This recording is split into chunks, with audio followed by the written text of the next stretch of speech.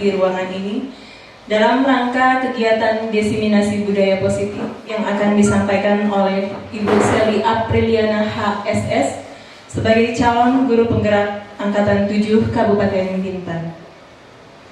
Duduk manis si burung balang, di sangkar emas kini letaknya. Pembuka bicara terucap salam, semoga hadirin mendapat ridho. Assalamualaikum warahmatullahi wabarakatuh. Waalaikumsalam. Selamat pagi dan salam sejahtera untuk kita semua.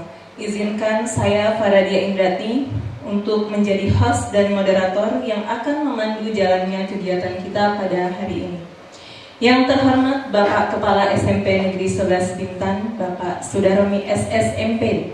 Yang saya hormati Bapak Ibu Majelis Guru yang berbahagia, serta Ibu Seli Apriliana HSS sebagai pemateri atau presenter kita pada hari ini. Bismillahirrahmanirrahim. Alhamdulillah, puji syukur kita panjatkan atas kehadirat Allah Subhanahu wa Ta'ala, yang mana pada pagi hari ini kita dapat berkumpul bersama di dalam ruangan ini dalam keadaan sehat walafiat. Salawat serta salam tidak lupa pula kita curahkan kepada junjungan kita Nabi besar Nabi Muhammad SAW dengan mengucapkan Allahumma sholli ala Sayyidina Muhammad wa ala ali Sayyidina Muhammad. Untuk mempersingkat waktu, baik kita langsung saja berikan kesempatan kepada pemateri kita Ibu Seli Apriliana HSS untuk berbagi informasi. Kepada Ibu Seli kami persilakan.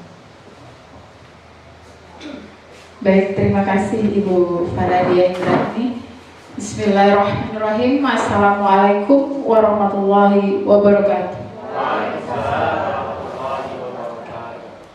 Alhamdulillahirrabbilalamin. Pertama-tama saya ucapkan terima kasih kepada Bapak Ibu Majelis Guru SMP Negeri 11 Bintan yang telah sudi hadir untuk mengikuti kegiatan diseminasi budaya positif dalam rangka tugas untuk aksi nyata modul 1.4 pada program pendidikan guru penggerak Angkatan 7 Kabupaten Bintan, Kepulauan Riau. Izinkan saya kurang lebih 1 jam ke depannya Bapak Ibu untuk mendiseminasikan apa yang sudah saya pahami, kemudian sebagai sebuah pengalaman penerapan budaya positif di sekolah. Mudah-mudahan, mengapa ini tidak disebut sosialisasi? Kalau sosialisasi saya hanya menyampaikan saja. Bapak Ibu terima, boleh juga tidak gitu. Kalau diseminasi lebih kepada kita harapannya apa yang saya sampaikan, apa yang saya sudah terima di pendidikan guru penggerak dapat juga dilaksanakan oleh Bapak Ibu untuk kemajuan sekolah kita. Tepuk tangan dulu untuk SMP Negeri 11 Bintan. Sebelumnya saya mengajukan permohonan maaf, saya berdiri di depan sini bukan untuk menggurui Bapak Ibu yang tentu sudah pengalaman mengajarnya jauh dari saya, bahkan ada guru-guru saya di sini, ada Ibu Elina Fidawati, ada Ibu Fetri, Ibu Rosma, semua teman-teman hebat di sini, Bapak Sudaromi sebagai panutan saya, ada kakak-kakak hebat saya di sini yang masa kerjanya jauh lebih lama dari saya. Mungkin hal inilah yang saya terima dan coba akan saya terapkan dan saya akan tularkan kepada Bapak Ibu sebagai rekan untuk kemajuan sekolah kita.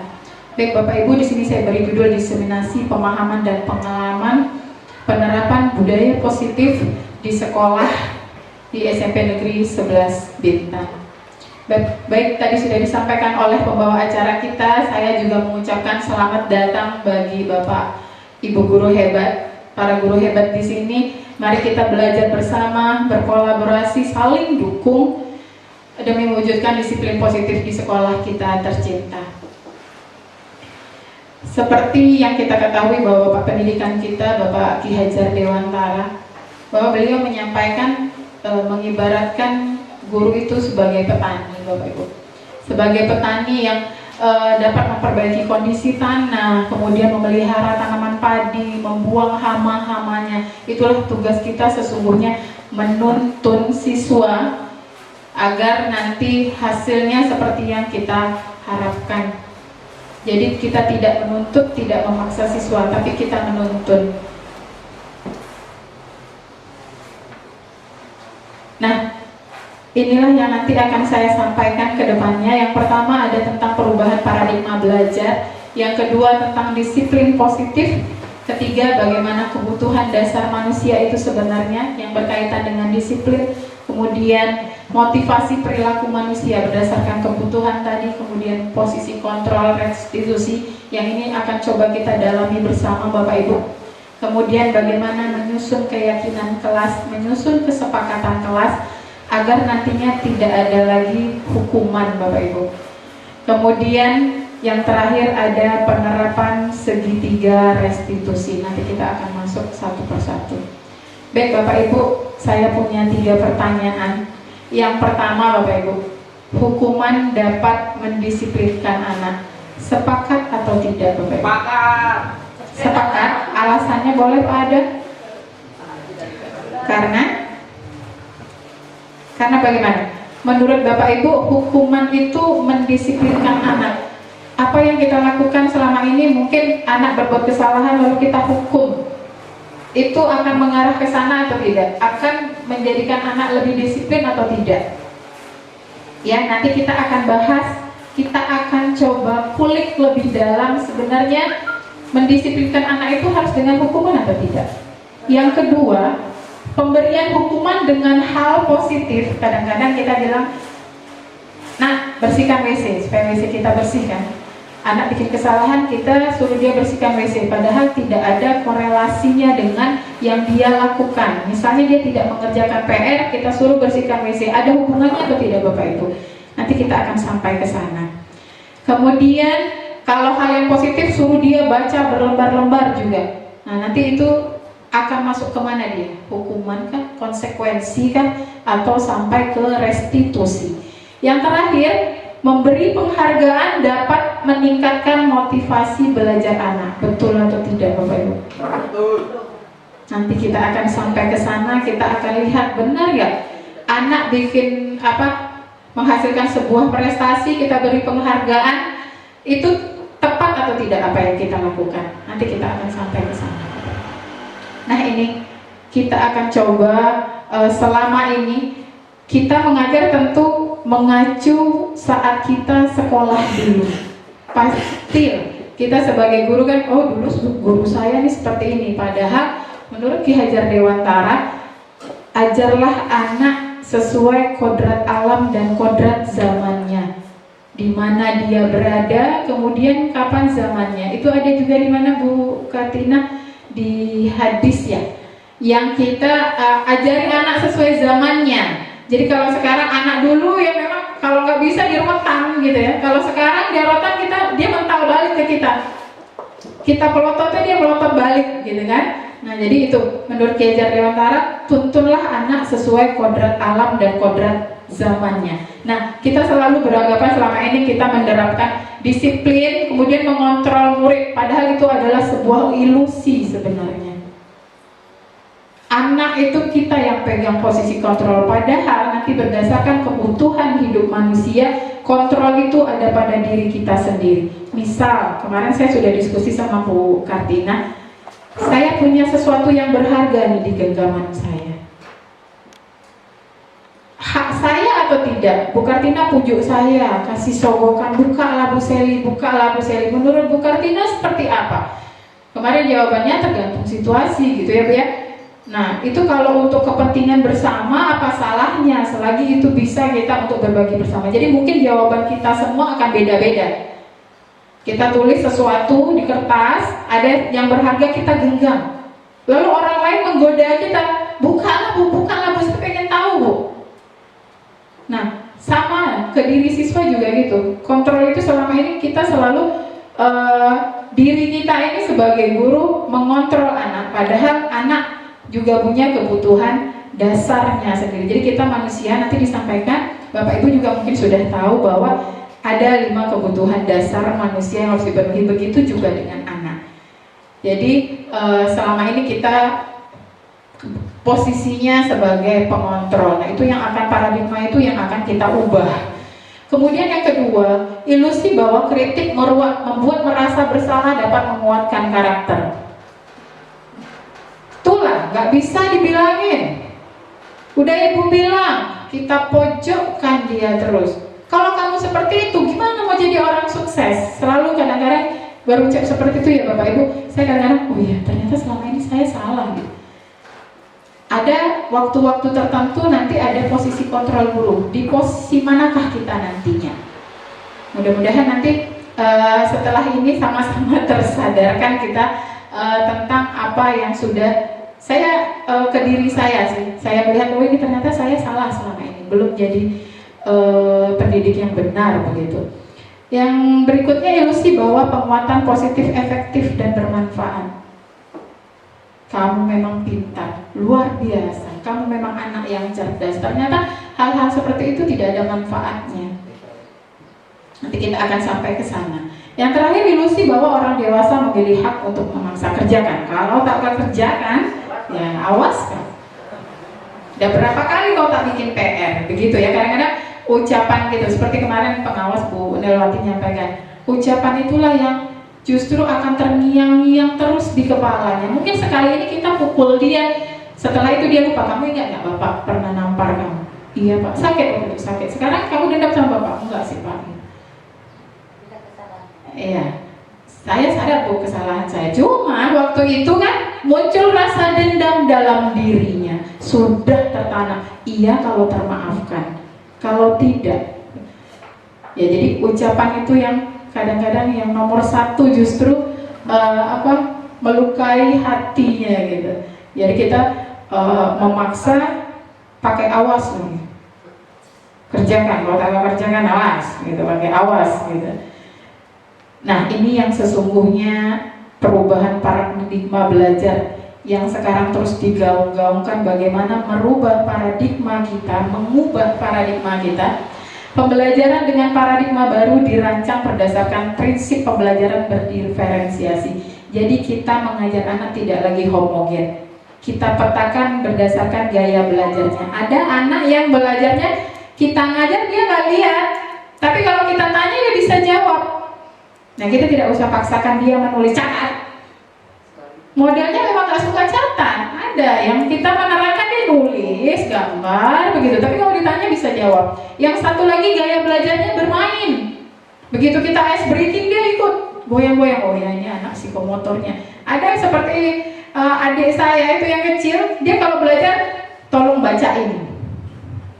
Ada, dia lebih ke, jadi ada yang visual, ada yang audio begitu. Jadi beda-beda gaya belajar. Nah itu tugas kita awalnya, itulah yang disebut sekarang ini pembelajaran berdiferensiasi. Kita mengajar kepada anak sesuai dengan kebutuhan belajarnya, sesuai dengan gaya belajarnya. Sehingga setiap siswa belajar sesuai dengan kebutuhan dari tahap perkembangannya. Nah anak SMP tentu gaya belajarnya anak SMA nggak bisa dipakai di anak SMP gitu. Kadang-kadang kita suka paksakan juga, mereka belum paham gitu. Kita suruh bikin makalah, struktur makalahnya dia tak tahu. Suruh bikin kalimat yang benar saja, mana objeknya, jadi kita tanya kadang tidak tahu gitu. Nah kita paksakan dia bikin makalah, itu bahaya. Nah ini yang sekarang digaungkan profil pelajar Pancasila. Nanti kita akan ke sana, bagaimana bertakwa, beriman dan bertakwa, berakhlak mulia, bernalar kritis dan sebagainya. Nah disiplin itu berasal dari bahasa Latin yang sebenarnya artinya adalah belajar. Tapi selama ini kita sering hubungkan disiplin itu dengan kepatuhan. Nah budaya kita, disiplin dimaknai menjadi sesuatu yang dilakukan seseorang pada orang lain untuk mendapatkan kepatuhan. Kita cenderung menghubungkannya dengan ketidaknyamanan. Nah kalau kamu disiplin gitu, jadi kadang-kadang disiplin itu kita hubungkan dengan ketidaknyamanan. Jadi ketika ada disiplin, ada muncul rasa ketidaknyamanan pada diri anak. Kemudian sebagai pendidik, tujuan kita adalah menciptakan anak-anak yang memiliki disiplin diri sehingga mereka bisa berperilaku yang mengacu pada nilai-nilai kebajikan universal. Nanti akan saya coba bagikan, nanti akan saya coba printkan juga untuk dibagikan kepada Bapak Ibu guru mata pelajaran dan wali kelas untuk menyusun keyakinan kelas. Jadi ada nilai-nilai universal selain dimensi profil pelajar Pancasila. Jadi ada institusi dan organisasi yang sudah menerapkan hal ini pada perusahaannya. Jadi ada nilai-nilai kebajikan yang akan kita coba terapkan, memiliki motivasi intrinsik. Nah, ini kita harapkan ketika anak kita, selama ini kita tulisnya aturan ya, nanti ada perbandingannya, bukan aturan, kita buatnya keyakinan kelas. Jadi ada motivasi dari dalam dirinya. Mengapa dia tidak datang berusaha untuk tidak datang terlambat? Seringkali anak-anak itu pertama menghindari hukuman. Kenapa kamu datang tepat waktu? Saya takut dihukum. Jadi begitu, tidak ada motivasi dalam diri saya ingin cepat datang karena saya ingin menyerap ilmu lebih cepat gitu. Ingin semangat dalam belajar. Nah, disiplin positif salah satu penerapan disiplin yang bertujuan untuk menumbuhkan kesadaran pada diri siswa. Jadi anak-anak kita berdayakan tanpa sogokan, tanpa iming-iming, tanpa ancaman, apalagi hukuman. Yang kita akan coba terapkan disiplin positif. Jadi disiplin tadi sebenarnya artinya adalah belajar. Nah, nilai-nilai kebajikan universal yang berdasarkan penelitian-penelitian yang pertama, sifat positif manusia merupakan tujuan mulia yang ingin dicapai setiap individu. Nilai tersebut bersifat universal lintas bahasa, suku, bangsa, agama maupun latar belakang. Jadi ada hal-hal yang latar belakangnya, apalagi kita sebagai orang Timur. Yang kedua, setiap perilaku atau perbuatan memiliki sebuah tujuan. Jadi anak-anak seringkali menguji kesabaran kita, padahal dia ada kebutuhan dasarnya.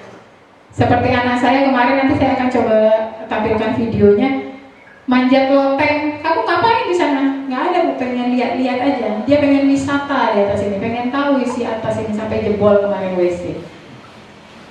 Jadi dia kebutuhannya fun, ingin bersenang-senang saja, nggak ada keinginan apa-apa. Mau merokok? Enggak, Bu.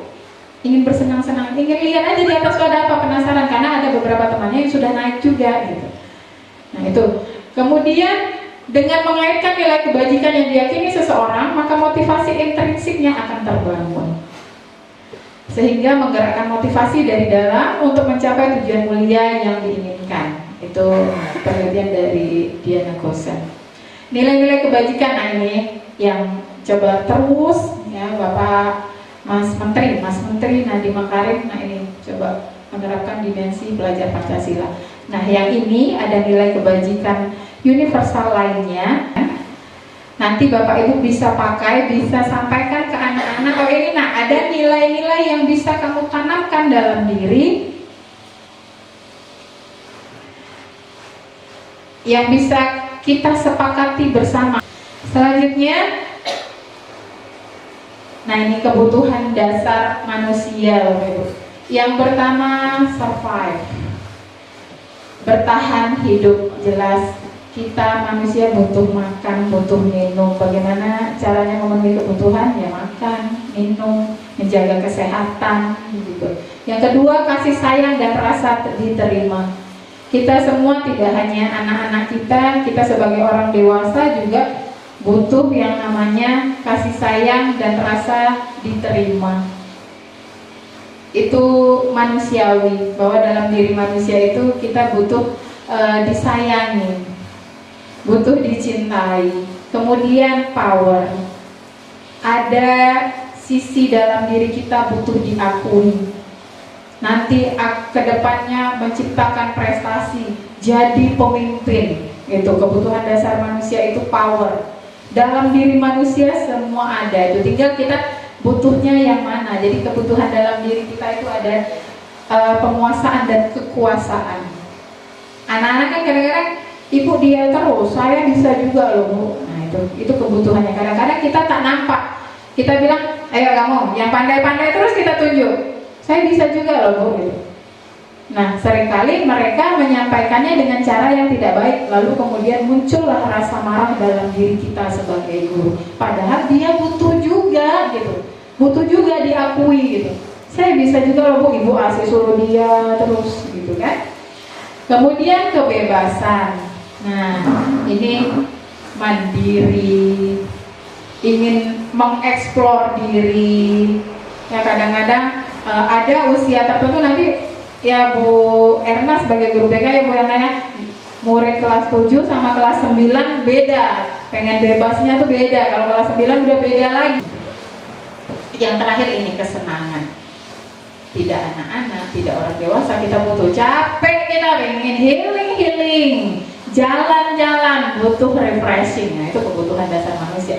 Jadi nggak ada itu dia nggak suka jalan-jalan. Nah, agak bingung juga kalau ada yang nggak suka jalan-jalan gitu.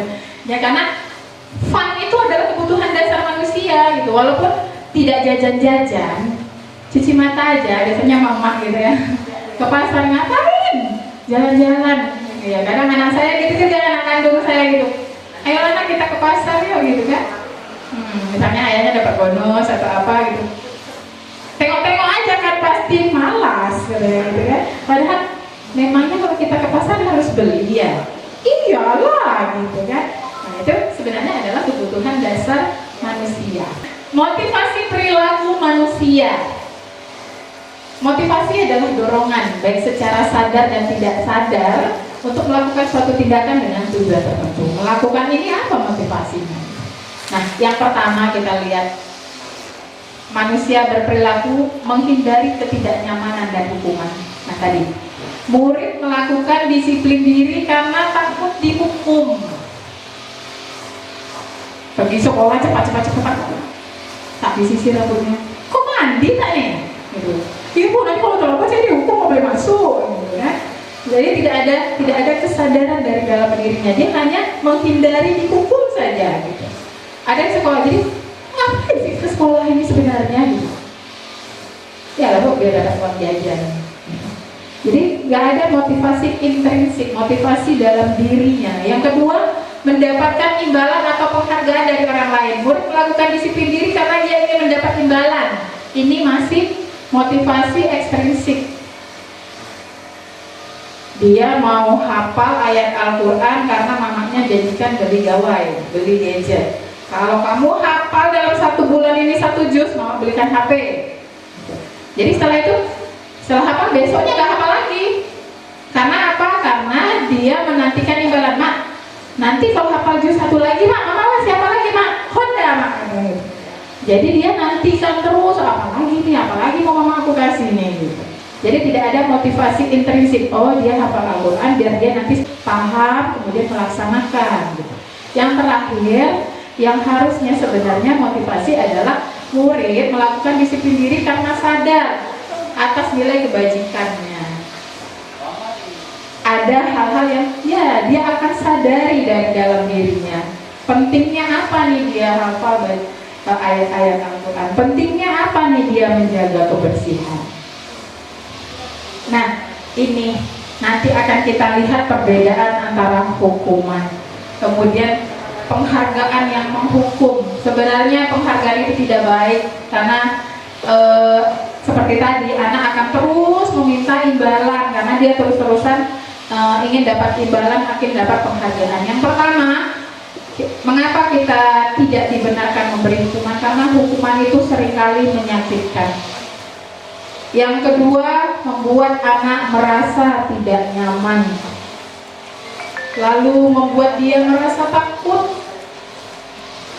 Berikutnya, biasanya ada tekanan di sana, memaksa.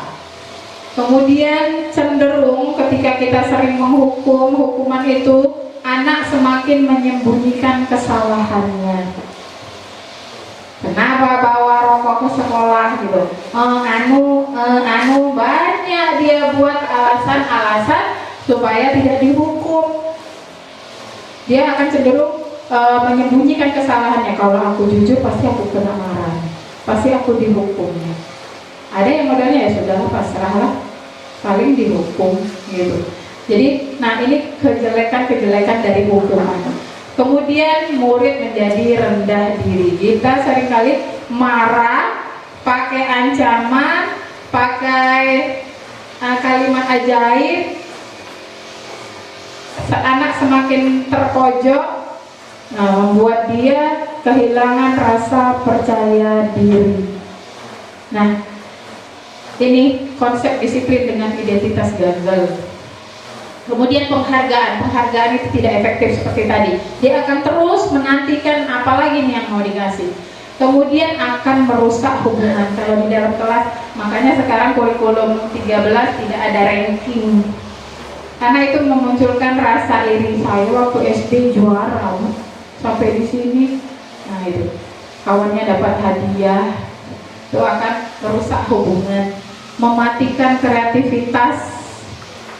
Jadi dia ya sudah target yang disebut gurunya saja, dia tidak akan ada muncul dalam dirinya, abis ini aku mau buat apa lagi, abis ini mau buat apa lagi. Nah itu akan mematikan kreativitas. Kemudian nah ini dia menghukum dengan sistem ranking, merampas hak menghargai dirinya sendiri. Tuh, ketika kita menjalankan konsep disiplin dengan memberikan penghargaan. Selanjutnya seharusnya, nah ini bentuk program kebajikan, boleh dalam bentuk apresiasi, tapi ini bentuknya memberikan apresiasi berupa pengakuan. Yang kita lakukan pertama kali, beri pengakuan secara khusus, nih khusus dan pribadi. Boleh kita sampaikan tidak di depan kawan-kawannya. Kita apresiasi dia, kita sampaikan, tapi bukan kita iming-imingi gitu. Kemudian kita beri pengakuan secara bergantian, karena anak kan ada yang daya tangkapnya cepat, daya ingatnya lambat. Ada yang daya ingatnya bagus gitu, daya tangkapnya lambat. Jadi kita gantian, beri pengakuan secara bergantian pada diri siswa. Lalu secara konsisten. Nah, ini yang masih sulit kita ya, beri pengakuan secara konsisten. Jadi kalau memang dia diberi tepuk tangan, ya sudah diberi tepuk tangan. Nah kita fokus pada prosesnya. Bagaimana proses menjalankan program kebajikan ini, menanamkan nilai-nilai kebajikan pada diri siswa dalam bentuk apresiasi. Nah contoh yang pertama dengan kalimat pembuka. Kemarin ibu perhatikan, nah ini nilai kebajikannya di sini. Rasa empatimu besar sekali. Situasinya seperti apa? Pada saat menolong murid baru di kelas kita. Nah, begitu cara menyampaikannya, cara kita mengapresiasi siswa. Yang kedua, ibu menghargai kepedulianmu pada saat kamu membantu teman-temanmu di tugas kelompok. Begitu. Kemudian terima kasih. Sulit ya? Bilang terima kasih dan tolong itu sulit. Terima kasih untuk rasa tanggung jawabmu pada saat kamu memungut kertas-kertas yang berserakan di lantai. Nah, ini contoh pengakuan bagaimana apresiasi kebajikan terhadap siswa kita. Boleh nanti ya, ini kita coba terapkan pelan-pelan Bapak Ibu. Saya juga belajar mencoba bagaimana menyampaikan sesuatu, mengapresiasi anak, tapi sekalian menanamkan nilai kebajikan dalam dirinya. Lanjut ya Bapak Ibu, masih semangat Bapak Ibu? Lanjut, nah ini yang dengan identitas sukses. Ada konsekuensi dan restitusi. Yang pertama, konsekuensi itu bukan tidak boleh, boleh, tapi itu biasanya jangka pendek. Ya saat itulah anak melakukan pelanggaran, konsekuensinya apa ya saat itu aja. Dia tidak ada penanaman penguatannya dalam jangka waktu yang panjang. Yang kedua, perlu monitoring terus. Nah itu kekurangan konsekuensi. Berikutnya ada stimulus dan respon. Selanjutnya, murid menghormati peraturan. Dia hanya menghormati peraturan itu saja. Selanjutnya, menjadi kehilangan waktu untuk merenungi kesalahan. Ya, yang seharusnya ada pada diri kita adalah restitusi Bapak Ibu. Ya, restitusi yang pertama, murid ya, membuat murid menjadi bertanggung jawab atas perilaku yang sudah dia lakukan. Itu restitusi. Kemudian lebih fokus pada pemecahan masalah. Selanjutnya murid menghormati dirinya dan orang lain. Nah, jadi kita mencoba menerapkan restitusi itu agar siswa menghormati dirinya dan orang lain. Berikutnya melatih siswa pada teori kontrol. Dia dirinya belajar memegang kontrol untuk dirinya sendiri.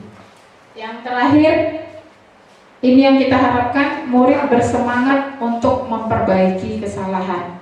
Ketika kemarin kita marah, mungkin cara dia memotong rambut, nah itu bagaimana dia kemudian menyadari kesalahannya. Nah, tergantung cara kita merestitusinya nanti. Kita akan coba terus belajar untuk tidak menghukum, Bapak Ibu. Selanjutnya,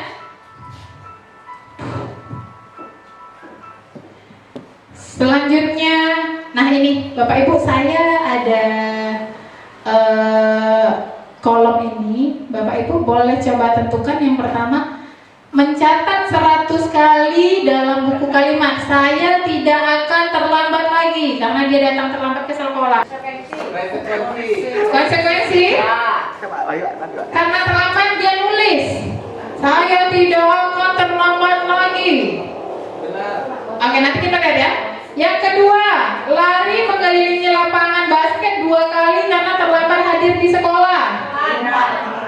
Hukuman. Oke, lanjut.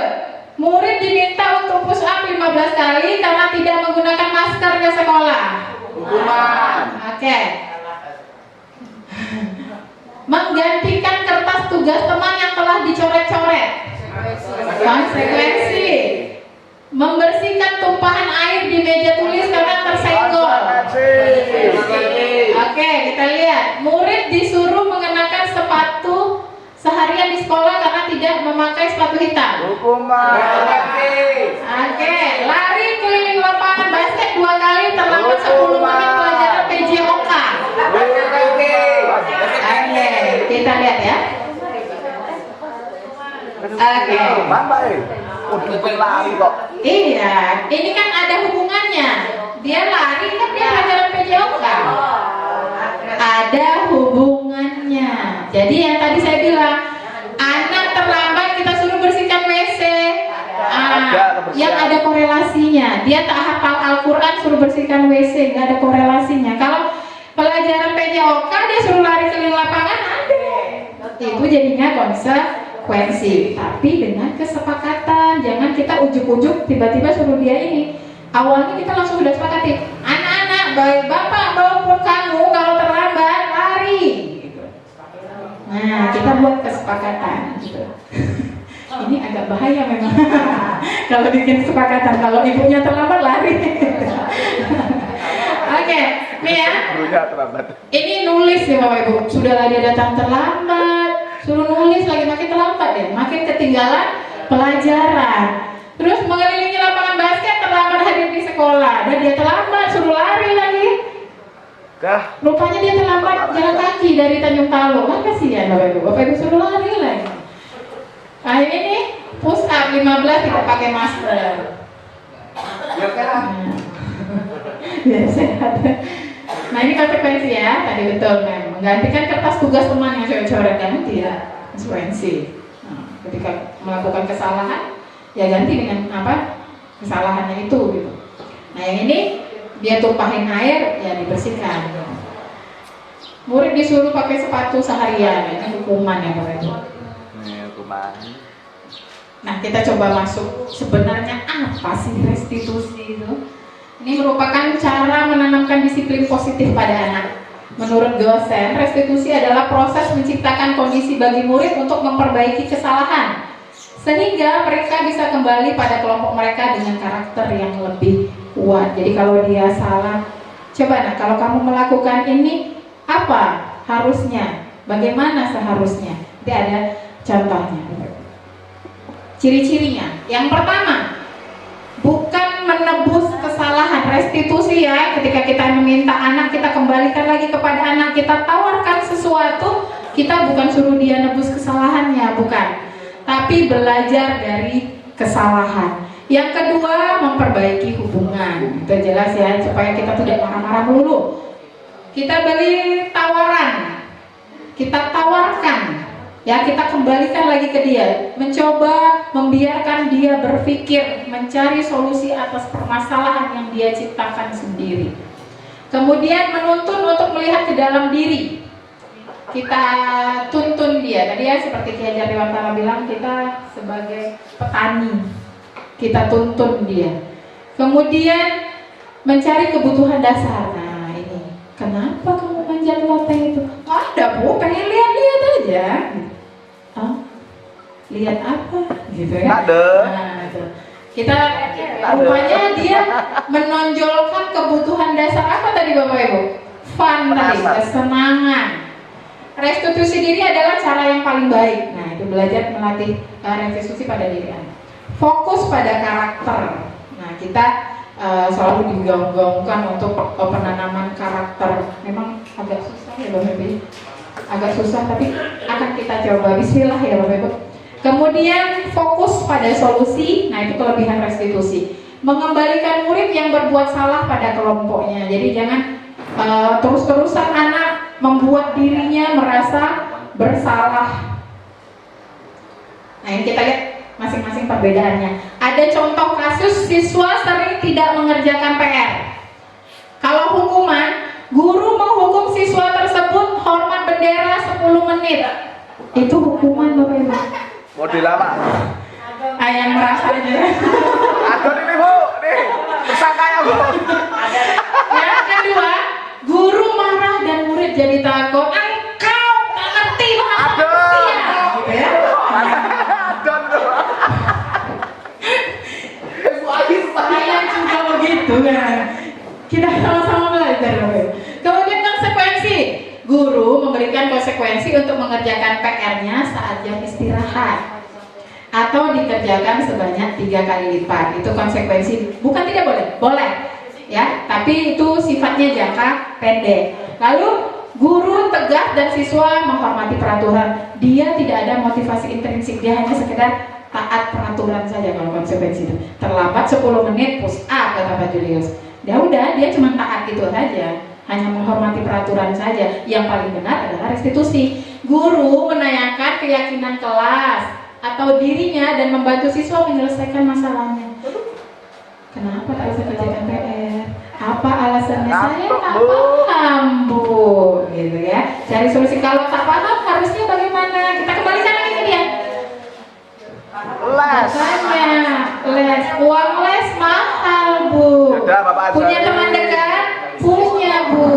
Punya teman yang dekat rumah yang di sekitar? Ada Bu. Nah, bagaimana harusnya? Kita kembalikan ke dia. Kita berikan penawaran. Kemudian guru terbuka dan siswa menghormati dirinya dan orang lain. Jadi tidak melulu marah. Gitu. Kita tanya dulu alasannya. Oke.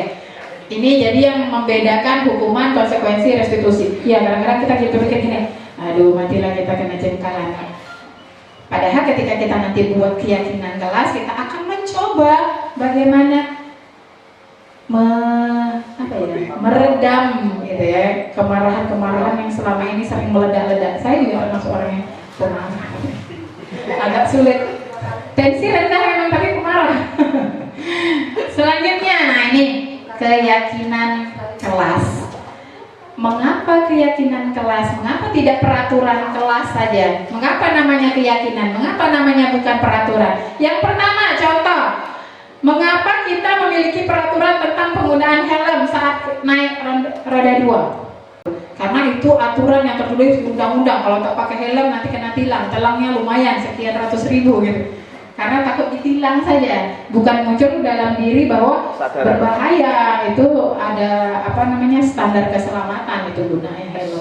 Kemudian mengapa kita memiliki peraturan tentang menggunakan masker, cuci tangan itu saat pandemi gitu ya. Jadi yang benar itu adalah keyakinan kelas, bukan peraturan. Berikutnya, nah bagaimana keyakinan kelas? Bagaimana pembentukannya? Keyakinan kelas adalah sekumpulan nilai-nilai yang menjadi panduan perilaku di dalam kelas, disepakati dan dilaksanakan oleh seluruh warga. Yang pertama, sama-sama buatnya, guru dan siswa. Yang kedua, nah ini dijadikan pedoman berperilaku di dalam kelas. Nanti sebenarnya itu sudah terbuka. Lebih abstrak sifatnya daripada peraturan. Kita masih bisa digoyang gitu ya. Nah, tapi kita sepakati bersama. Berikutnya berupa pernyataan universal. Nah tadi beriman dan bertakwa pada Tuhan Yang Maha Esa, berakal mulia, bernalar kritis, gotong royong gitu ya. Mudah-mudahan ini sudah terbuka, kita buka setelah ini. Dibuat dalam bentuk yang positif, jelas, karena keyakinan kelas kita buat dalam bentuk hal positif. Jumlahnya sedikit supaya mudah diingat. Kemudian jadi ketika siswa melanggar, kamu ingat keyakinan kelas kita. Gitu. Selanjutnya sesuai dengan kondisi kelas.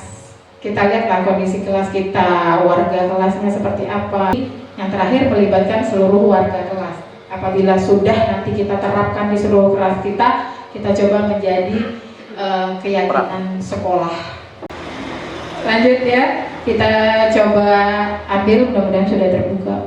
Nah, yang pertama tadi profil pelajar Pancasila tadi sudah ya, beriman bertakwa kepada Tuhan Yang Maha Esa dan berakhlak mulia, akan kita jadikan keyakinan kelas. Kemudian ada mandiri, bernalar kritis, berkebinekaan global, gotong royong dan kreatif. Nah ini yang kedua ini institusi atau organisasi. Nah itu ada Ibu. Primary years program, sikapnya tuh ada toleransi, rasa hormat, integritas, empati, pengetahuan, ini lebih luas lagi Bapak Ibu. Kemudian ada 9 pilar karakter.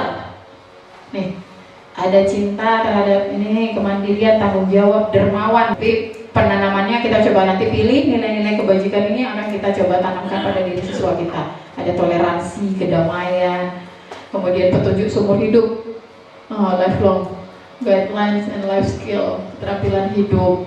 Nah ini nanti saya bagikan Bapak Ibu. Ini nilai kebajikan, Bapak Ibu mau pakai yang mana? Kesepakatan sama anak-anak. Boleh nanti diperbanyak, dibagikan ke anak-anak. Kita mau pakai yang mana ini kebajikan kelasnya? Ya Bapak Ibu ya. Selanjutnya, nah ini contoh. Yang mana yang merupakan keyakinan kelas? Mengapa? Ini ada kiri, ada kanan. Yang pertama, datang tepat waktu, mengucapkan salam. Nah, itu aturan. Kalau kesepakatan kelas ya gini. Kita coba 3 saja nih. Kami guru dan murid yang saling menyayangi. Nah, itu kesepakatan kelas. Jadi nanti ketika ada teman yang bully atau membuli guru, ada atau tidak Bapak Ibu murid yang membuli guru? Di belakang ya kan? Bu Seli gendut, gitu.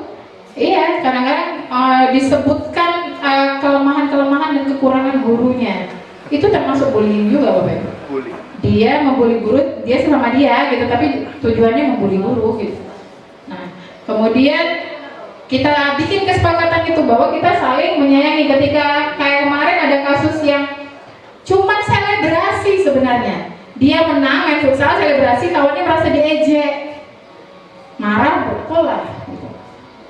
Nah itu kan melanggar kesepakatan saling menyayangi tadi, saling menghargai, saling menyayangi. Nanti kita tanya ke dia, nah apa alasan kamu memukul dia? Dia Bu, pasti nanti kan dia jelaskan tuh.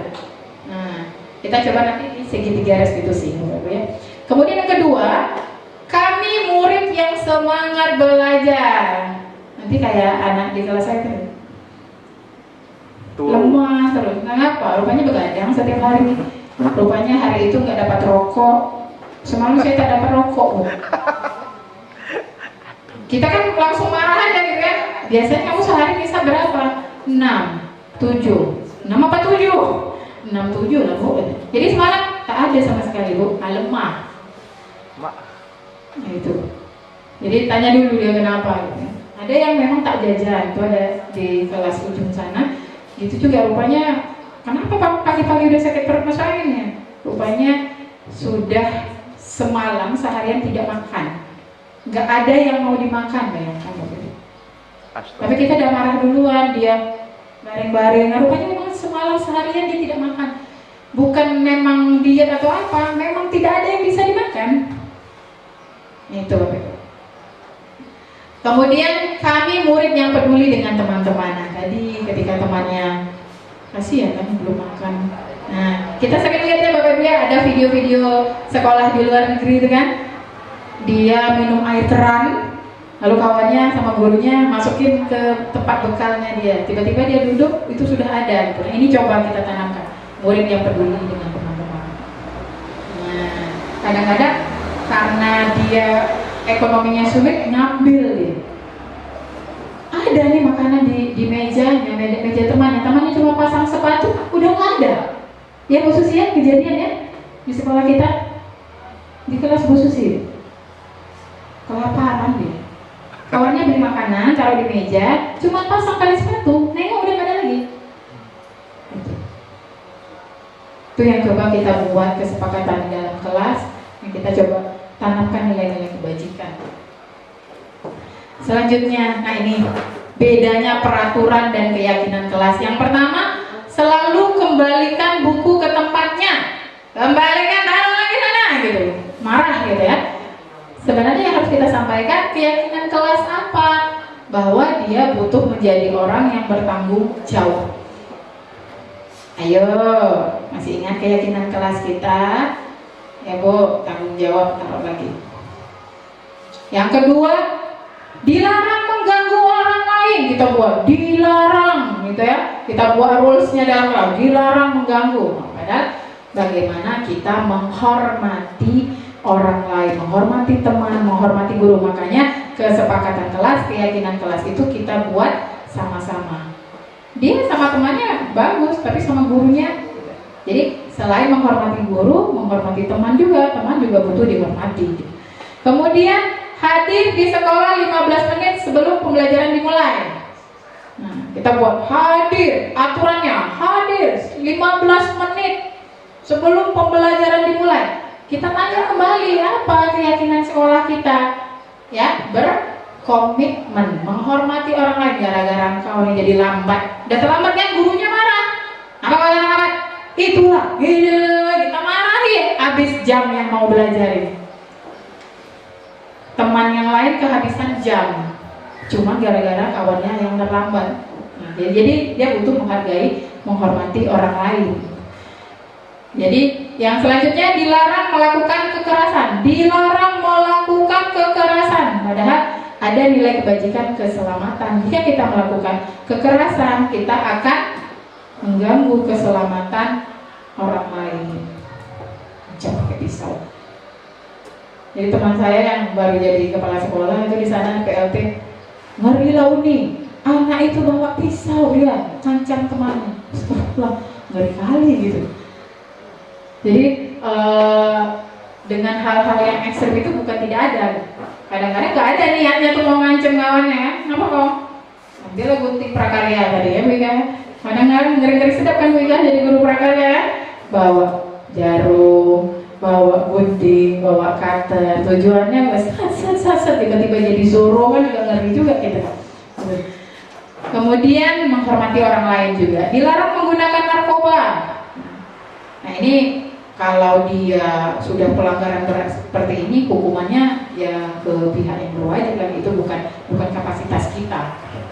Ya, sudah kriminal, sudah membunuh misalnya gitu ya, melakukan hal-hal ekstrim lainnya, itu bukan kapasitas kita lagi. Boleh kita serahkan kepada pihak yang berwenang, yang berwajib untuk itu.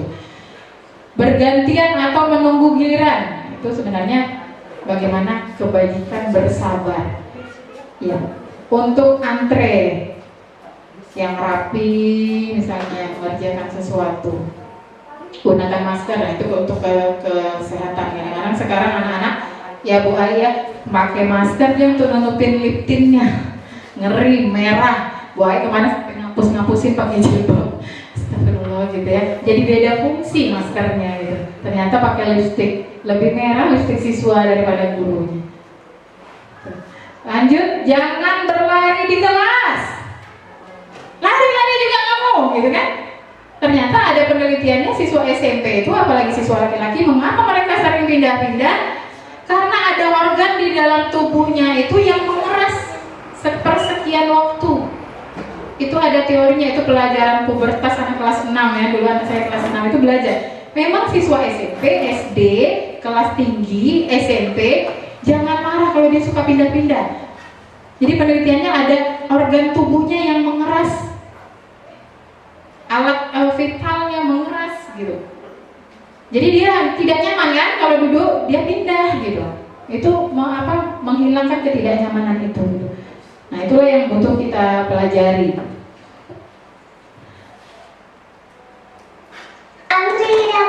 Nah ini perumusan keyakinan kelas 7E.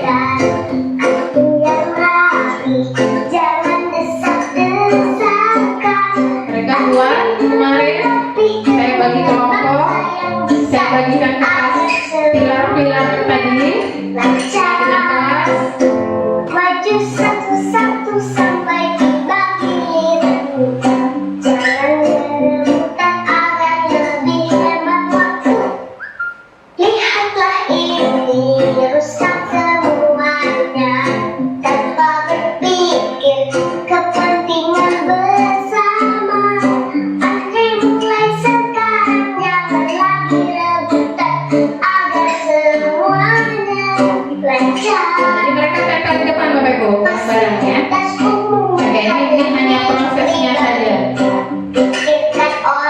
Kenapa saya kasih lagu riuh?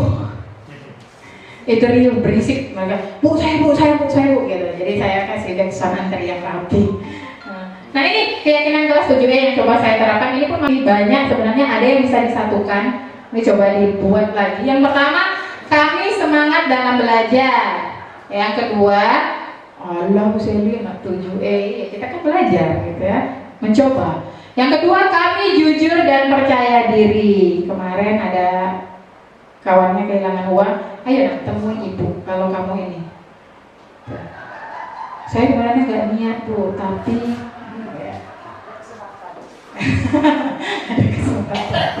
Ya. Kemudian kami saling menyayangi. Nah itu tadi, ada kawannya tuh nggak pernah jajan. Nah bagaimana kita saling menyayangi gitu. Bawa bekal atau kita kumpulkan makanan, kita bagi-bagi sama-sama gitu. Lanjut, kami menghormati orang berbicara. Ini adalah nanti ketika itu sedang berbicara, kita buat kesepakatan kalau ibu guru atau teman yang lain sedang berbicara, kita tenang ya. Nah itu, melatih anak-anak mendengarkan orang lain ketika berbicara. Kemudian kami saling membantu dan bekerja sama. Ini tentu hal yang positif. Jangan pula saling membantu memalak teman, itu bahaya. Kami mengutamakan sopan santun. Nah, belajar melatih attitude. Kemudian aktif dan kreatif. Jadi dalam belajar itu butuh aktif dan kreatif. Ini kesepakatan kami, aktif dan kreatif. Lalu kami mengerti toleransi beragama. Nah ini yang kemarin ini banyak. Ada sekitar 8 siswa yang nulis gini, ketika temannya di musola yang beragama lain, bagaimana gitu. Jadi kita buatlah kalau gitu nah kesepakatannya. Ini saya yang perbaiki redaksi kalimatnya. Kami mengerti toleransi beragama. Ketika teman yang muslim sholat, yang lain di mana gitu. Jadi ketika dia melanggar, keyakinan kelas apa yang sudah kamu langgar? Ini kelas 7E. Bapak Ibu boleh ya nanti ada namanya tabel T, ada tabel Y. Bagaimana menyusun? Nanti saya bagikan ke Bapak Ibu apa saja nilai kebajikan universal. Kemudian bagaimana mengisi tabel Y kalimatnya. Ketika punya kawan gitu, jangan ambil aja. Boleh saya pakai barangmu, boleh saya pinjam, saya kembalikan. Kalimatnya ada yang terdengar, ada yang terlihat. Kemudian bagaimana kita berperilaku ketika meminjam barang teman. Itu tidak laku, pinjam lah. Orang nggak ngomong. Tiba-tiba langsung ambil, itu kan punya aku tahu lah punya kau, pinjam lah. Oke, betul. Nggak ada ucapan, boleh aku pinjam. Walaupun temannya itu bakal ngasih gitu, tapi tetap harus ucapkan, bolehkah saya meminjam kepunyaanmu, barangmu, tip-mu, penamu. Selanjutnya Bapak Ibu 5 apa sudah? Kita di mana Bapak Ibu sekarang? Ada penghukum, ada pembuat merasa bersalah, ada sebagai teman, ada sebagai pemantau, tukang pantau. Tunggu kayak aku pantau. Yang terakhir mengajar, ada semua kayaknya. Nah, ini saya pernah menghukum. Merasa bersalah. Kamu, itu kita buat dia merasa bersalah gitu ya. Ada. Jadi semua sepanjang perjalanan saya 2009 mau menikah berapa tahun kita menikah? 14 tahun ya. Berapa kali ya saya jadi penghukum, berapa kali jadi pemantau? Astagfirullah. Oke, lanjut ya. Kalau penghukum itu, nah begini. Ada contoh kasus siswa tidak memakai atribut lengkap saat upacara bendera. Yang pertama, si penghukum patuhi peraturan sekolah. Berdiri Mas. Nah, gitu ya. Itu penghukum. Pernah Bapak Ibu? Pernah. Pernah Bapak Ibu? Saya juga. Astagfirullah. Kemudian pembuat rasa bersalah. Berapa kali harus ibu kasih tahu kamu? Ibu kecewa sama kamu nih. Terpojok ya. Pojok. Pernah Bapak Ibu? Dasar gitu ya, kalau udah pakai dasar itu astagfirullah. Teman, ayolah bro, ya, istighfar Pak Dan. Ayolah tertib, Bapak bangga. Pernah? Nah, ya. Bukan tidak boleh Bapak Ibu, tapi sejalan dengan posisi yang terakhir. Boleh kita sebagai teman, ada kalanya kita berposisi sebagai teman. Itu guru BK ya. Bang, tuh Bu Erna ya. Makan di mana kita gitu ya. Sama Bu Erna paling enak gitu. Kalau sudah mau merestitusi, ajak makan dulu pokoknya. Nanti itu. Setelah ini baru lah, tunggu kau. Ya. Berikutnya pemantau. Nah, ini yang tukang pantau nih. Kamu sudah melanggar apa konsekuensi pantau? Udah berapa kali diperhatikan kok ya, gitu kan? Nah, itu sebagai pemantau. Yang terakhir, Bismillahirrahmanirrahim, jadi manajer. Apakah kamu tahu kesalahanmu? Enggak. Agak gimana gitu ya? Ya Allah, biasanya ini. Cara kamu memperbaiki kesalahan ini yang paling penting kalimatnya. Nah, coba dari kesalahan ini harusnya tuh kamu bagaimana? Kira-kira harusnya kamu bertindak seperti apa? Nah itu ya, kita belajar ya Bapak Ibu ya. Bismillah. Bismillah. Iya. Nah ini posisi kontrol dengan identitas gagal. Penghukum, menghardi, nunjuk. Udah dihardi, ditunjuk-tunjuk ya. Nah, yang berhasil sebagai teman dan pemantau ini ya, membuat alasan untuk muridnya, menghitung dan mengukur. Nah, guru tuh kalau pemantau hitung, udah 3 kali kau buat ya. Sekali lagi dapat payung kau, gitu ya. Tunggu kau besok, gitu kan. Nah, kalau manajer ajukan pertanyaan. Nah, ini sudah kali ketiga. Harusnya seperti apa? Keyakinan kelas apa yang sudah melanggar? Nah, ini berbuat. Kalau kata-kata lagi, kalau kamu tidak melakukannya, awas kamu, gitu kan? Kamu seharusnya sudah tahu, ibu lelah sekali, capek ibu menasihatin kau nih, tak masuk ke dalam otak kau, gitu ya.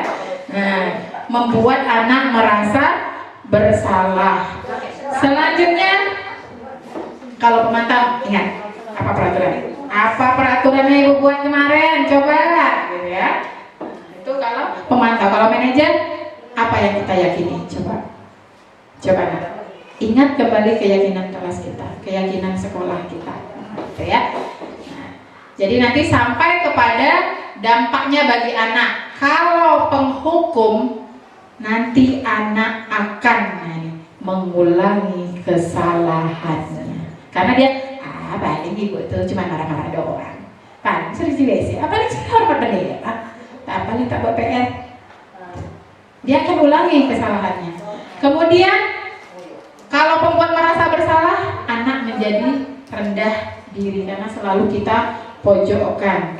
Kemudian, tidak mandiri, lemah. Ya kalau kita sebagai teman, oke lah bro, iya pak, bantu pak, bantu lah pak. Malah kita dicoel-coelnya. Apa lah ya, bu kasih poin, kasih poin. Gitu. Maksudnya kasih poin itu bukan poin angka ya. Untuk kali ini pak, please pak, sekali ini aja pak, sekali ini aja pak, ya pak, gitu ya. Nah, Pak Ado udah kena rayuan Fadil. Kemudian pemantau, ya, menitik beratkan pada, maaf tak terbaca itu, menitik beratkan pada sanksi atau hadiah. Nah, itu mantap. Yang terakhir, bagaimana siswa mengevaluasi diri. Ini dampaknya bagi siswa. Ya, mengevaluasi diri, cara memperbaiki diri. Nah, ini Bapak Ibu yang disebut segitiga restitusi. Segitiga restitusi itu menstabilkan, nanti saya bagikan slide-nya di ABS. Menstabilkan identitas. Yang pertama, pelaksanaan segitiga restitusi itu ketika anak melakukan pelanggaran, kita stabilkan identitasnya. Nah, kita semua pernah melakukan kesalahan. Ibu sendiri, ibu juga manusia biasa, ibu juga pernah melakukan kesalahan. Itu kita stabilkan dulu identitasnya. Jangan langsung anak merasa takut karena ibunya udah melotot duluan, gitu kan? Sudah melotot, suaranya 7 oktav, masya Allah. Kemudian yang kedua, validasi. Coba. Apa alasannya? Iya bu, saya cuma selebrasi, cuma gitu-gitu aja bu, dia marah bu. Iya, mungkin selebrasimu berlebihan. Nggak ada bu, saya cuma gitu, ditunjukkan ekspresinya. Jadi temannya kesal. Nah, kesal kan temanmu, akhirnya apa Bu? Iya Bu, sakit pelipis saya ditumbuk dia. Nah, kita coba validasi tindakannya yang salah itu tadi. Kemudian yang terakhir menanyakan keyakinan. Atau apa keyakinan kelas yang sudah kita langgar? Seharusnya seperti apa? Ya, kesepakatan kelas apa sudah kita sepakati? Nah begitu. Jadi kalimat-kalimat itulah yang dengan segitiga restitusi ini bagaimana kita menyelesaikan sebuah persoalan tapi siswa yang cari solusinya. Seperti saya bilang kemarin, anak saya jebolkan plafon, dia bilang, Bu saya nggak bisa perbaiki sendiri, saya mau bilang orang tua. Yakin kamu nggak takut kena marah gitu kan? Dia bilang yakin Bu, ya saya harus jujur kan. Dia ingat nilai kebajikan keyakinan kelas itu bahwa tidak boleh merusak aset sekolah. Itu keyakinan sekolah. Oke, ini ada contoh penerapan segitiga restitusi. Ini ada contoh skenarionya. Saya kemarin jadi tugas demonstrasi kontekstual, tapi kita langsung ke kasusnya saja.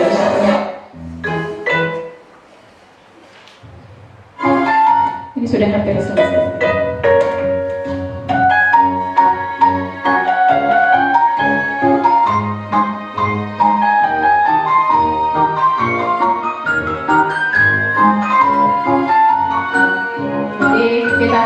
Identitas dengan mengatakan bahwa siswa tidak perlu merasa bersalah karena setiap orang pernah melakukan kesalahan dan dia bukanlah satu-satunya yang melakukan kesalahan. Kita validasi.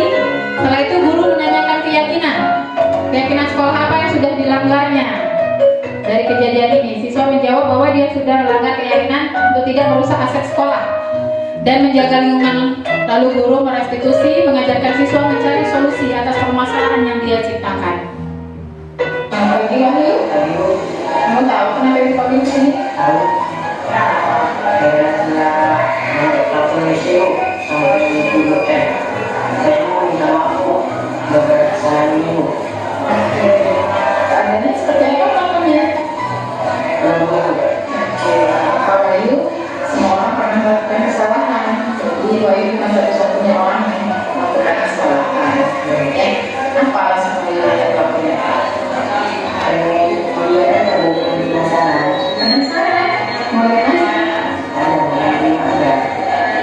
Kamu jatuh tidak sakit? Tidak luka? Sekarang ada hal-hal efektif lainnya untuk kamu bisa melakukan kesenangan tidak dengan menjadi kelompok? Iya. Kita masih ingat keyakinan sekolah kita? Harus benar-benar sekolah. Terus? Harus meneruskan bukan sekolah juga.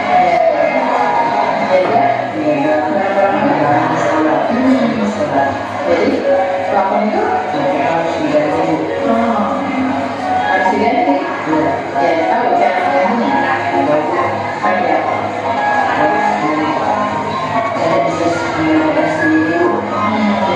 Saya akan memberikan tahu kepada orang tua. Saya akan memberitahu orang tua. Saya akan bersikap dulu. Yakin. Besok ibu hari ini memberikan surat pada orang tuamu, kamu sampaikan kalau mau datang ke sekolah nanti seperti apa perbaikan keluarganya kita bisa sampaikan ke orang tuanya. Saya minta maaf pada sekalian ya. Dan ada perhatian ya. Bisa lakukan hal yang lebih efektif lainnya ketika orang semua sedang berkegiatan. Ya, kok itu?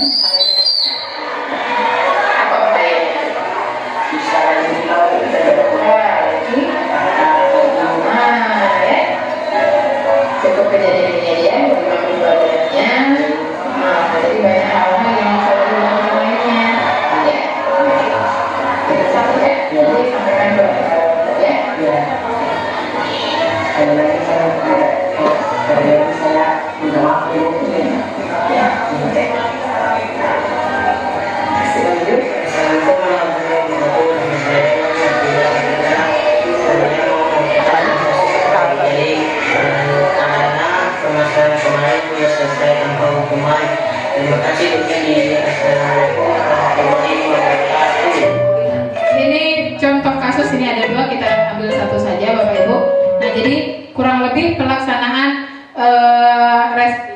tiga restitusi seperti itu. Kita menstabilkan dulu identitasnya, kita sampaikan, menenangkan dirinya dulu. Misalnya anak berantem, kita tenangkan dulu mereka berdua. Sampaikan bahwa kamu saat ini sedang di ruang guru, sedang di ruang kepala sekolah, kamu tenang dulu. Kan kalau masih emosi kan di dalam tuh dia masih gitu. Bahkan dia masih pengen tumbuk temannya tuh di depan kita, gitu kan. Kita stabilkan dulu, ya. Setelah itu kita validasi tindakan. Kenapa kamu melakukan itu? Nah, yang terakhir baru kita coba tanyakan keyakinannya.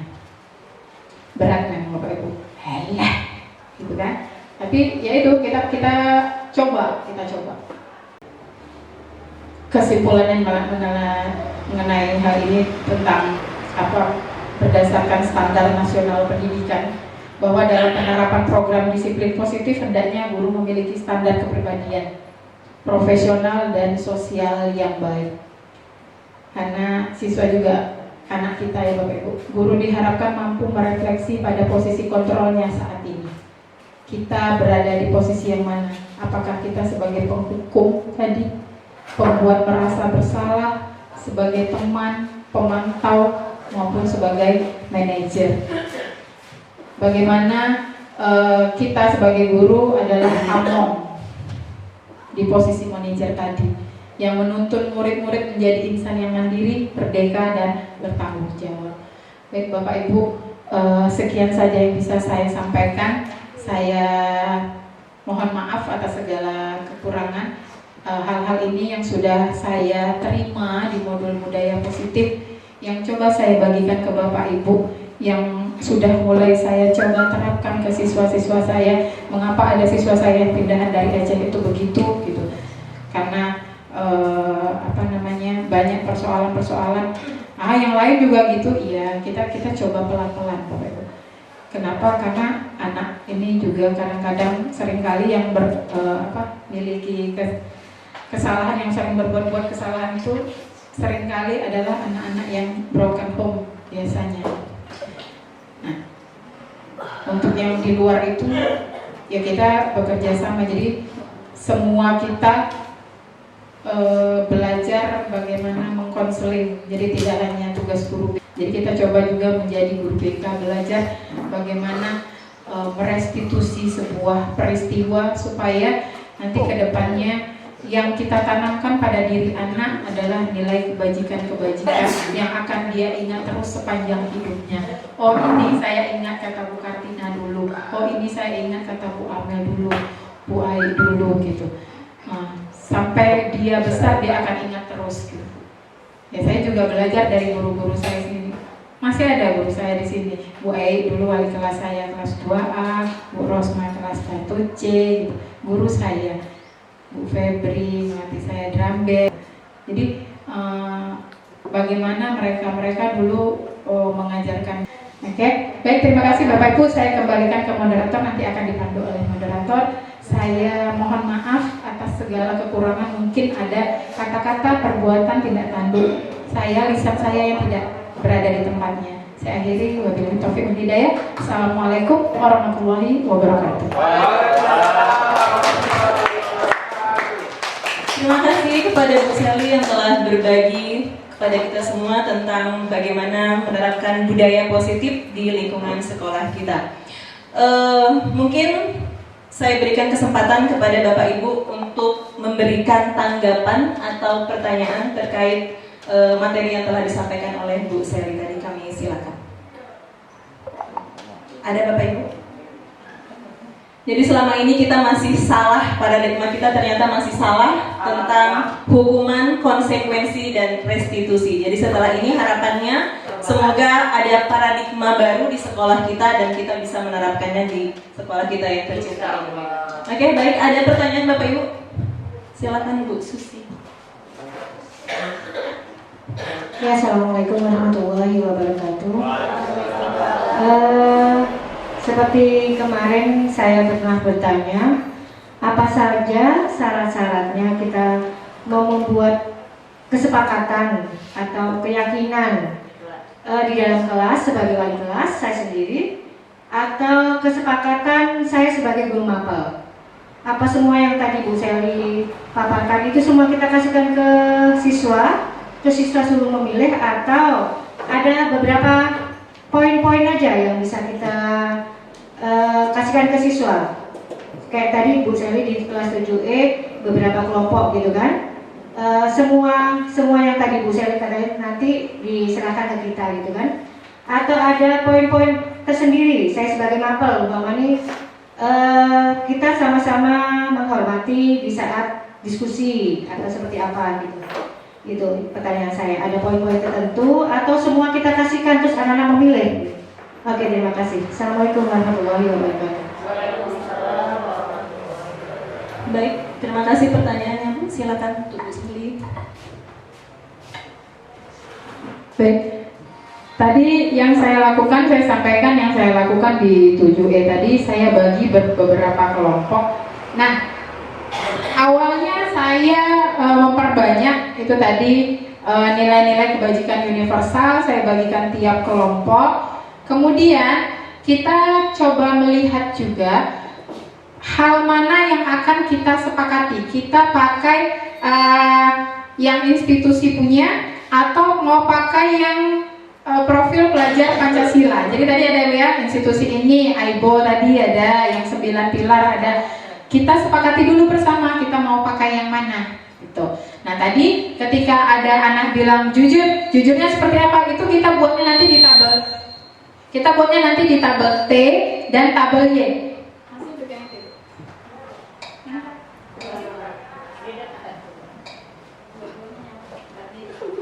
Baik, saya ulangi. Jadi kita coba sepakati bersama, atau kita mulai terjadi yang membuat kelas kita ini menjadi riuh, kelas kita ini menjadi tidak pembelajaran menjadi tidak efektif.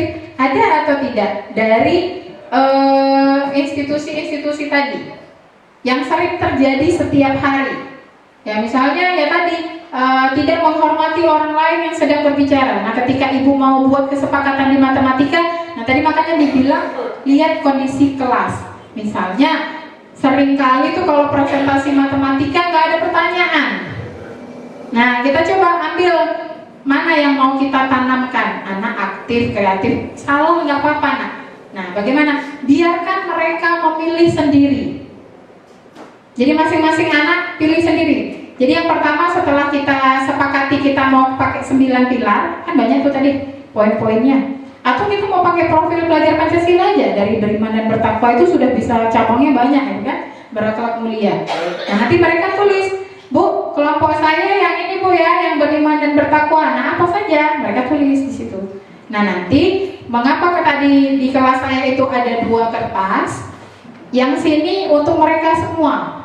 Nah nanti kita pilih, kan ada kadang-kadang anak menuliskan yang sama, baru nanti kita pilih yang sama, kita sepakati, lalu minta salah satunya presentasi kenapa dia milih itu, kenapa keyakinan kelasnya pilih itu. Jadi kita lihat kondisi selama ini seperti apa waktu pembelajaran, waktu di kelas. Boleh misalnya ibu mau, kalau saya nih kotor terus, susah betul ngasih tahu anak-anak ini tentang kebersihan. Nah bagaimana gitu? Nah, Bapak Ibu boleh awalnya itu memberi pandangan. Nah kelas kita nih sering kotor nih, terus waktu belajar matematika nih kurang aktif nih, waktu presentasi kadang-kadang suka menyela pembicaraan nih. Coba lihat di kertas yang sudah Ibu bagi, nanti mereka tulis gitu. Tapi biarkan mereka menulis dengan kalimatnya sendiri. Nanti Bapak Ibu tinggal perbaiki redaksi kalimatnya seperti apa. Gitu Bu. Jadi Ibu mau buat di khusus matematika saja boleh, tapi ingat ya Bu, harus tertulis, ada buktinya. Jadi ketika anak buat kesalahan, kamu masih ingat keyakinan kelas kita? Apa yang mana yang sudah kamu langgar? Jadi itu makanya iya betul. Jadi ada buku catatannya, kita yang sudah kita sepakati foto. Boleh nanti mau ditempelkan di kelas gitu. Nanti nyampe ke guru BK sudah kasus yang seperti apa baru nyampe ke guru BK gitu. Jangan anak sering datang terlambat langsung kasih guru BK. Bu, benar nih, uruslah anak ini. Kita dulu. Soalnya sering terlambat di pelajaran saya. Enggak lah, di pelajaran saya enggak. Oh berarti dia nggak suka pelajaran saya nih, jangan-jangan gitu kan? Kan ada anak yang begitu ya, khusus pelajaran tertentu saja. Ya. kitanya introspeksi. Nah, di pelajaran kita dia sering terlambat ya. Nah, kita tanya, yang adalah Bu Erna, capek aku ngurus budaya ini, mana ngurus gitu. Kan kasihan, jadi banyak kerjaan Bu Erna. Memang sih memang tugas guru BK, tapi sudah sampai tahap seperti apa yang sampai di guru BK gitu. Nanti guru BK juga sudah sampai tahap seperti apa baru sampai ke kepala sekolah. Bayangkan Bapak Ibu, kalau anak bermasalah kasih ke kepala sekolah semua. Bisa ke sini, rambutnya mulai dari sini. Saya Pak. Ada pertanyaan kembali Bu Sufi? Atau masih bingung? Nanti boleh Ibu, saya akan bagikan tabel Y sama tabel T tadi, mana yang tampak seperti, tidak tampak seperti ya. Jadi ada tabel kiri, tabel kanan. Nah, jadi bukan aturan. Nah, tadi sudah dicontohkan bagaimana bukan terlambat berdiri depan kelas. Nah, itu keyakinannya yang mana? Ya, tidak boleh. Nah, itu peraturan namanya, Bu. Kalau kita bikin rulesnya di kelas, acungkan jari saat bertanya, itu peraturan. Kalau keyakinan apa, Bu? Kita bisa pilih dari kebajikan universal tadi. Apa bahasanya? Nanti silakan dipilih Bapak Ibu, nanti kita rapikan kalimatnya. Jadi dari kebajikan. Jadi sebenarnya ini kita ingin menanamkan nilai karakternya, menanamkan nilai-nilai kebajikan universalnya pada diri siswa. Jadi itu sebenarnya bukan untuk apa gaya-gayaan sekolahnya sudah melaksanakan kesepakatan dan keyakinan kelas, bukan. Kita mencoba bagaimana anak yang masih pakai sendal masih ke sekolah terus nih gitu. Yuk kita coba buat kesepakatan. Konsekuensi nggak boleh, Bu? Boleh, hanya saja konsekuensi itu jangkanya pendek. Nanti sudah, kalau dia sudah tamat dari sini, oh itu kan waktu SMP katanya. Kalau terlambat di push up, aku di SMA enggak lah, guru aku tak ada kayak gitu. Jadi dia cuma menghormati peraturannya saja. Itu kalau konsekuensi. Tapi kalau restitusi, oh ternyata ini ya kerugiannya kalau aku terlambat masuk. Satu, ketinggalan pelajaran. Yang kedua, tentu di awal pembelajaran guru sudah persepsi nih, sudah nyampaikan pembuka, aku sudah ketinggalan. Jadi dia menanamkan nilai kebajikan. Jadi memunculkan motivasi intrinsik pada diri siswa. Itu Bapak Ibu. Mudah-mudahan masuk. Terima kasih. Ada lagi? Bu, Pak. Oke Bapak Ibu. Berarti nanti penerapannya tergantung dari kesepakatan kita di kelas, apakah mau guru mata pelajaran atau kita kesepakat wali kelas. Oke. Ada lagi Bapak Ibu? Bu Erna?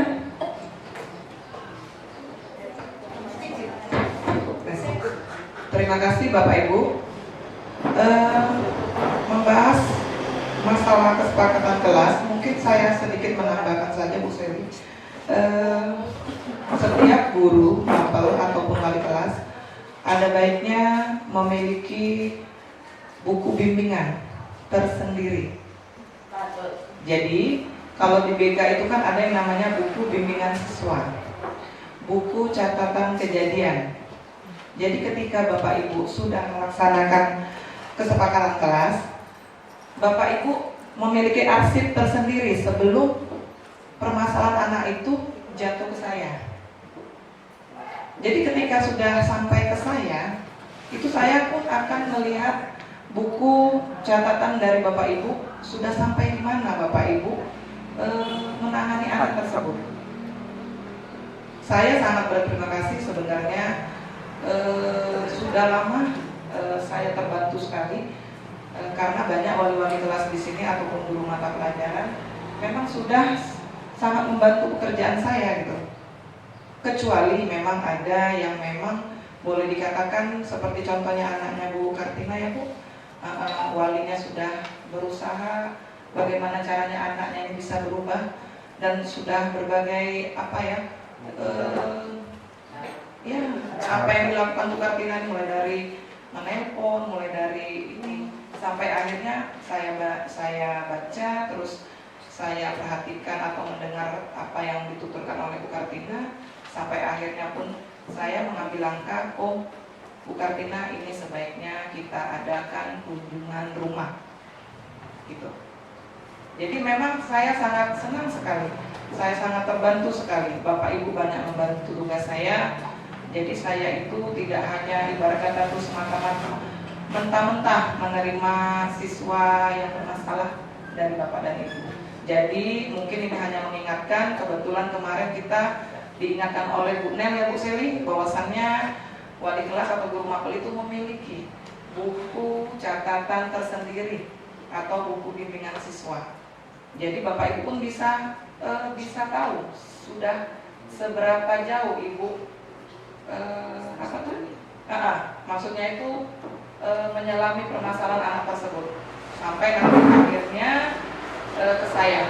Syukur-syukur dengan Bapak Ibu tuh masalah itu sudah clear, gitu. Ya, itu pun bukan hanya berarti nanti jatuhnya ke saya terakhir tidak. Seperti yang dituturkan Bu Seli tadi bilang, bahwasanya kita juga BK ini akan ada yang namanya strukturnya. Ketika BK itu sudah tidak bisa lagi menangani siswa tersebut, itu ada yang namanya limpah kasus, limpah atau alih tangan kasus. Nah, disinilah saya kerjasama dengan kepala sekolah. Berbeda lagi dengan yang namanya konferensi kasus. Ya Bapak Ibu, di mana konferensi kasus ini tidak hanya melibatkan kepala sekolah, tapi kita semua guru-guru. Biasanya konferensi kasus ini untuk masalah yang memang sangat-sangat fatal, ya Bapak Ibu, sehingga memang harus ini ada masukan-masukan dari Bapak dan Ibu. Sebagusnya anak ini bagaimana. Dan kepala sekolah juga itu bukan yang terakhir juga sebenarnya, bergantung permasalahan juga. Kalau memang toh yang kata Bu Seli tadi memang sudah harus menyangkut dengan pihak kepolisian, ya memang kita harus libatkan. Ya Bapak Ibu ya, seperti misalnya kasus pencurian, apalagi pencurian itu dilakukannya di luar sekolah. Alhamdulillah, ini sebenarnya kalau secara pribadi yang saya nanti dari awal yang seperti ini bisa terus berjalan, bahwa sebenarnya Bapak Ibu semua punya potensi yang luar biasa. Hari ini saya merasakan walaupun di kelas di sekolah kita yang menyampaikan adalah guru rekan kita tentang diskriminasi ini, rasanya juga seperti pelatihan nasional ya, pembawa acara dan sebagainya. Bapak Ibu mengelola kegiatan kita seperti kemarin itu pentas kolosal dan sebagainya, Bapak Ibu semua berperan aktif, itu menunjukkan potensi masing-masing. Kalau ini sudah berjalan, saya melihat terus itu, dan saya ingat saya bukan pemantau apa, tetapi saya belajar dari Bapak Ibu juga. Saya belajar, banyak hal yang saya pelajari dari sini, dari apa yang berjalan setiap hari. Jadi Bapak Ibu sekalian, tentang diskriminasi ini yang disampaikan oleh Bu Seli ini, yang kita sebenarnya merupakan tanggung jawab kita semua guru. Kemarin disampaikan juga oleh Bu Nel bahwa kita ini guru semuanya pembimbing, melaksanakan program bimbingan, konseling, semua kita. Kalau kita lihat tentang tugas kita sebagai guru, kita bicara tentang profesionalisme, tentang manajerial dan sebagainya ini memang harus kita miliki. Nah, tadi sampaikan oleh Bu Erna juga bahwa semuanya mari kita yang memulai, gitu ya, kita yang memulai. Aturan 7 saja jalan dan sebagainya, karena landasannya jelas bahwa kita, panutan kita, senior kita yaitu Ki Hajar Dewan Toro. Guru ini kan 3 prinsip ya. Ing Narso, Sung Tulodo, Ing Madya, Mangun Karso, Tuturi, Handayan. Ya, di depan memberikan teladan. Contohlah memanage waktu saja misalnya, gitu ya. Kita mau marah anak terlambat, kita terlambat gitu ya. Nah, gini kan, ini kita dulu kan dari kita. Kalau kita masuk lambat, begitu bel kan pernah kita sampaikan dalam rapat dulu. Sebenarnya kita sudah di depan kelas, jadi nggak ada yang terlambat. Seperti itu. Kita mencontoh sekolah-sekolah yang bagus begitu. Nah, manajemen waktu, kalau dulu di RTP itu pembagian waktu kita melakukan pembukaan pembelajaran sekolah itu dihitung, itu kan ditulis waktunya sampai kita yang terakhir menutup pembelajaran. Sekarang kan tak ditulis lagi kan, dulu seperti itu manajemen waktu. Kalau itu dilaksanakan semua, insya Allah anak kita akan nggak perlu kita marah gitu ya, karena nyontoh kita gitu ya. Makanya cerita kita Bu gitu ya, nah, memang cerita kita ya kita gitu loh. Nah, profesionalisme, bagaimana anak rindu pada kita ke sekolah dan tidak mau lambat dan mau datang terus, itu tergantung kita menciptakan proses pembelajaran. Manajemen pembelajaran ini penting, menarik atau tidak. Masih banyak kesempatan ini untuk calon guru penggerak. Kalau saya mau CKB juga ini. Penggerak Bapak Ibu, apalagi muda-muda, itu sayang sekali. Nanti untuk apa Bu, sampai untuk PPG sertifikasi itu harus ada sertifikat apa tadi? Calon guru penggerak, menjadi kepala sekolah, pengawas, pelatih, semuanya. Kalau bisa tersenyum kita, alhamdulillah, sehat selalu. Ya, assalamualaikum warahmatullahi wabarakatuh. Semoga harapan-harapan baik kita dapat terwujud secara nyata setelah hari ini. Dan harapannya semoga kita dapat mewujudkan sekolah kita yang berkembang, berkualitas, dan maju. Saya selaku pembawa acara mengucapkan terima kasih dan memohon maaf yang sebesar-besarnya apabila dalam penyampaian terdapat kesalahan. Buah malaka di tepi perigi. Perigi terletak di rumah Mbak Gibran. Jika nanti ada kesempatan lagi, boleh kita bertukar pikiran.